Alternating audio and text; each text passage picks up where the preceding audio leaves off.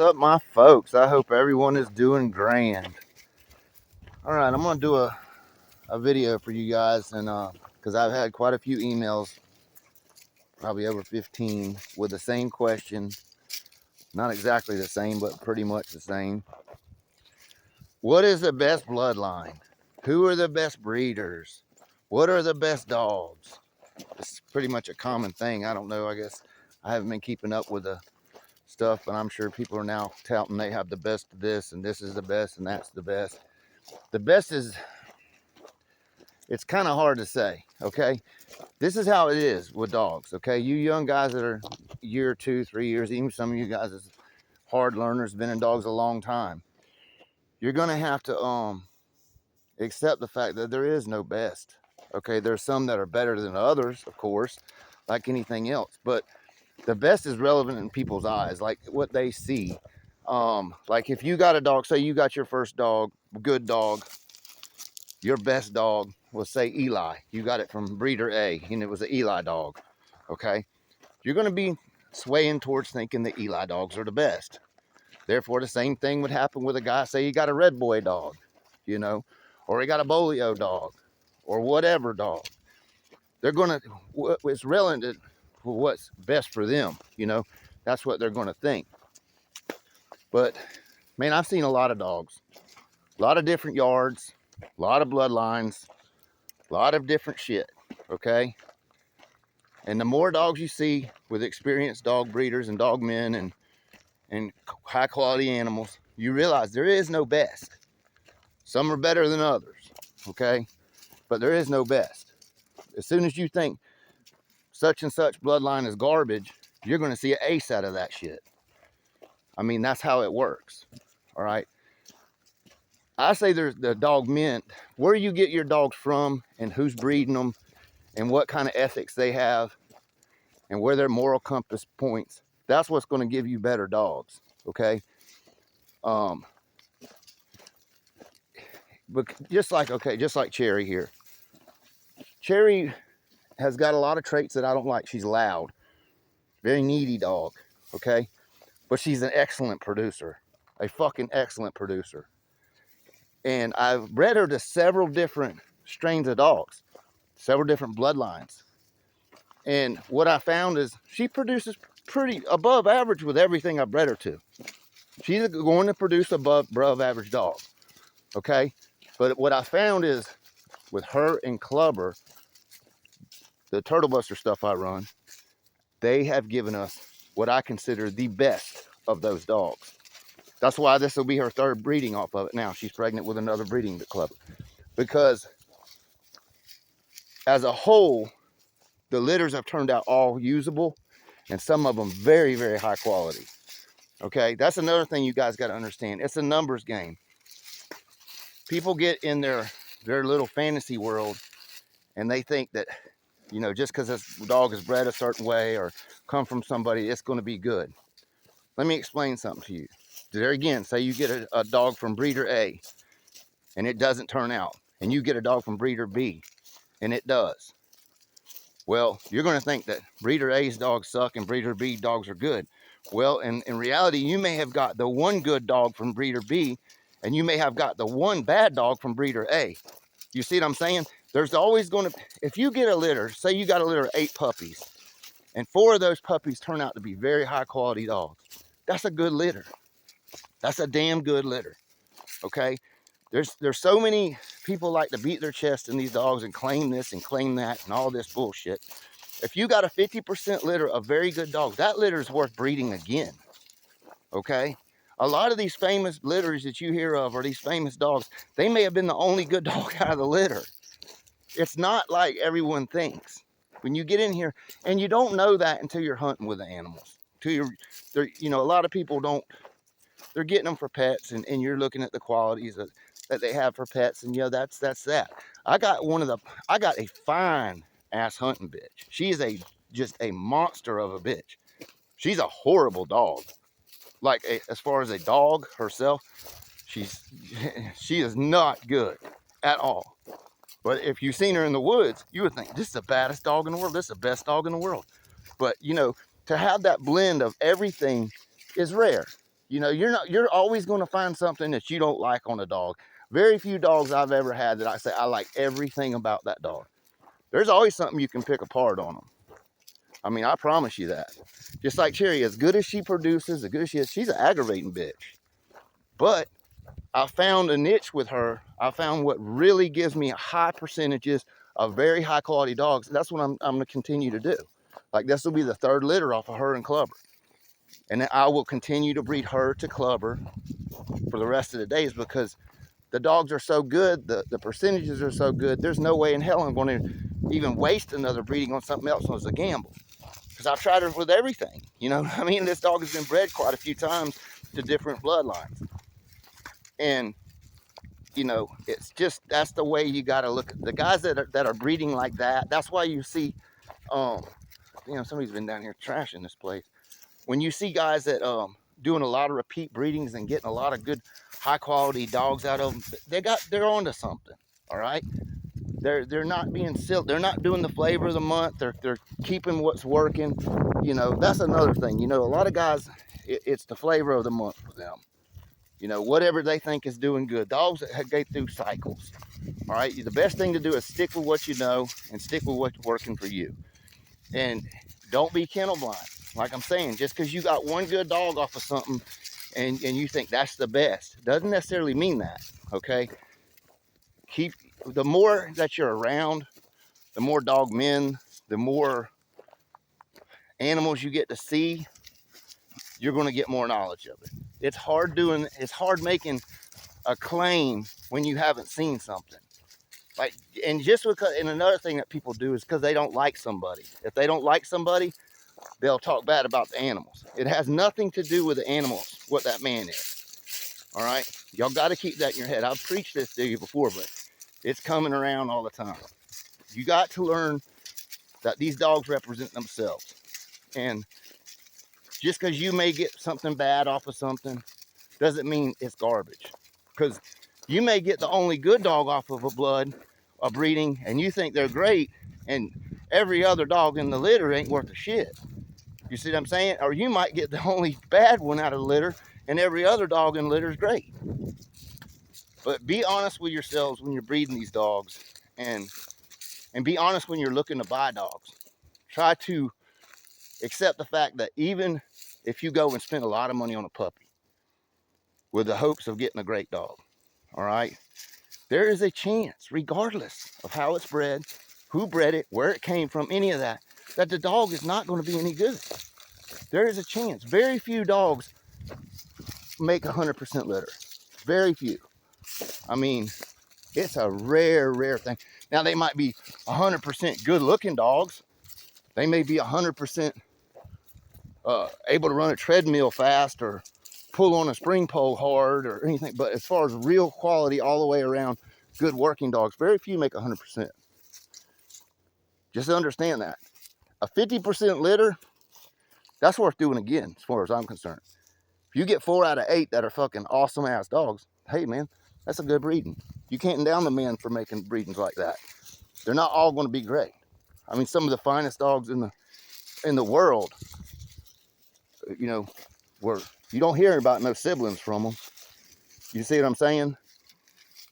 If you go to somebody that's putting out good averages and is giving you honest evaluations of the dogs, telling you if a man just speaks of as good of his dogs and never tells you about the faults of them, he's hiding something from you. Just remember that. Okay, they all have faults. I don't think I've only seen a couple dogs in my lifetime that I think that was an all-around great fucking dog, man. And it might be off a bloodline. And I know one of them was off a bloodline I didn't really care for. And we all have our preferences. You know, there's strains of Turtle Buster stuff that I wouldn't have. There's strains of Eli dogs I wouldn't have. There's strains of this red shit I wouldn't touch. You know, just from seeing so many of the bad qualities in them, that even if it's a good dog off of it, I know that, hey, yeah, that one's good, but as a whole, there's a whole lot of bad coming from that shit. You know, you got to be able to read between the lines on a lot of this stuff. But there is no best of nothing. You go with what you can work with, what you can handle, I mean, just like her, you know what I mean? She has been a fucking great dog for me. She's been, like, as far as like producing good dogs, being a good mother. And just because a dog is a good ass dog doesn't mean they're gonna make a good brood dog. They might not be, like, I got a bad bitch, man. I'm telling you, she's a super badass bitch. She'll slam a hog, but she's a terrible mother. You see what I'm saying? She's a terrible brood dog, where Cherry is a great brood dog.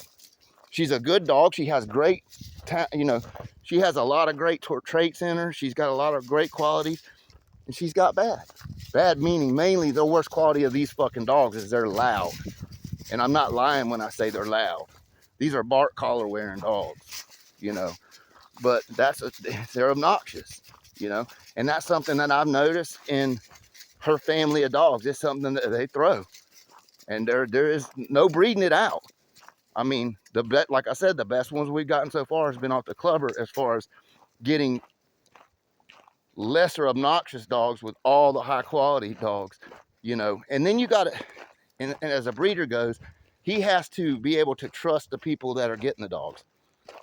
They have to trust him.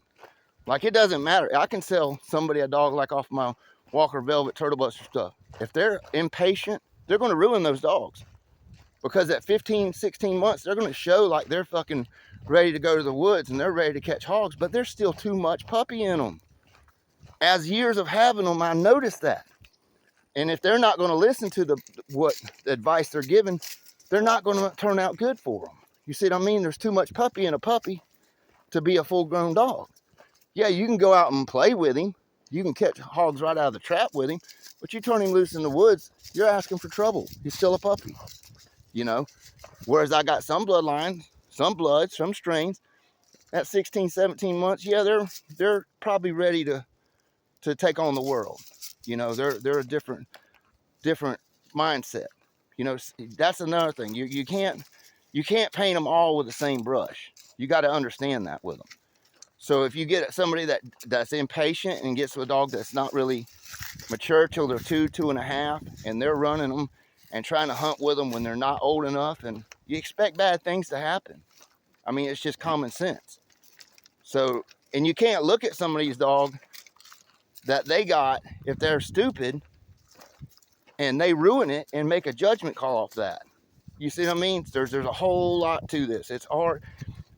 You believe what you see and only half of it. Don't believe shit you hear. Just what you see and only half of that. So, yeah, there's no best of anything. The best is only best in these dogs for 15 minutes.